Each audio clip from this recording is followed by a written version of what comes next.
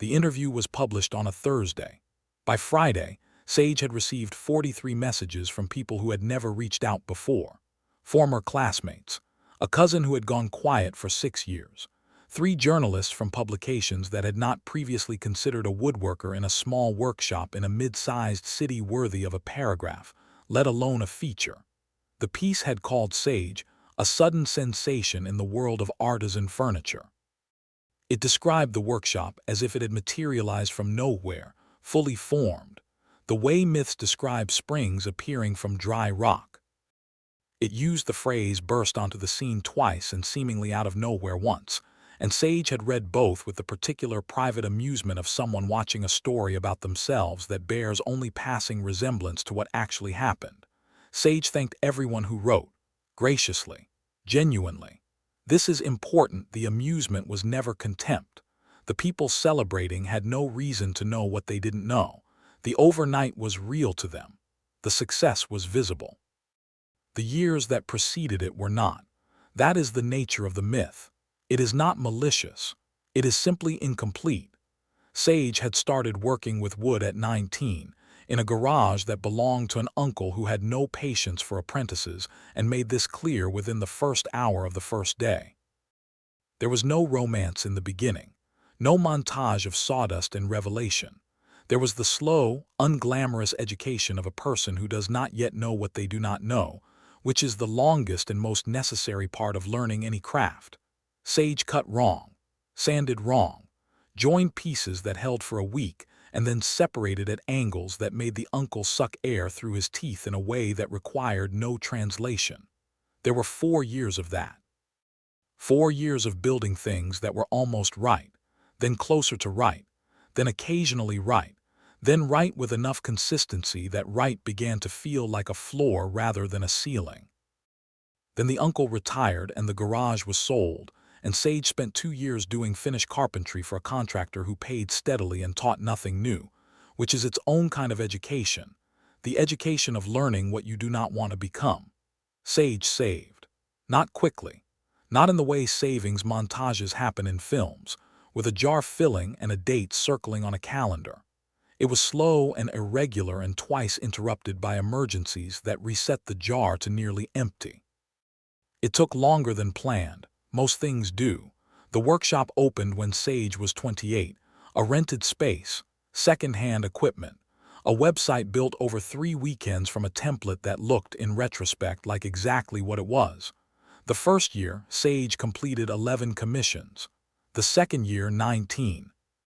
The third year, a chair Sage had built for a client appeared in the background of a photograph in a design magazine, not featured, not credited, simply visible behind the actual subject of the piece, and 3 people traced it back to the workshop and placed orders.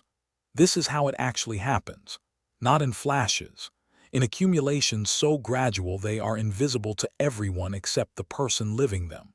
There were years when the work was good and the money was not.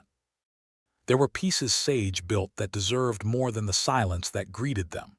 There were mornings, more than Sage would enumerate in any interview, when the gap between the work being made and the world's awareness of it felt less like patience and more like irrelevance. When the question of whether this was sustainable stopped being rhetorical. Sage kept a single rule above the workbench, written on a piece of masking tape in permanent marker, replaced when it yellowed, always the same words. Build the next thing better than the last. Not build faster. Not build for the market. Not build what they are asking for. Build the next thing better than the last. That was the whole philosophy, unscalable, unglamorous, completely resistant to the kind of narrative that makes good copy. But the work it produced, compounded over 9 years of consistent application, was the thing that the journalist photographed on a Thursday and called a sudden sensation by Friday. Sage does not correct people who use the word overnight. There is no efficiency in it. The correction would take longer than the conversation is worth, and it would land as defensiveness, which is not what it would be. It would be precision. But precision in this case is a private pleasure. What Sage carries instead quietly on the days when the myth circulates in new form is something closer to evidence.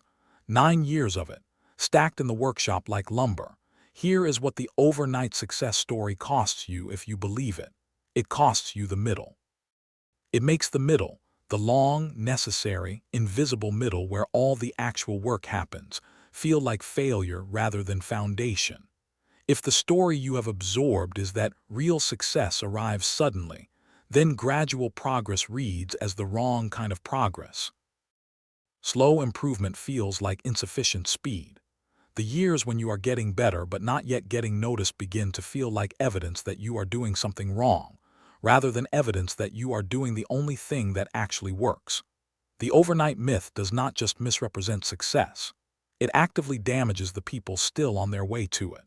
Because if you believe that success arrives whole and fast, you will look at your own slow accumulation and not recognize it as what it is.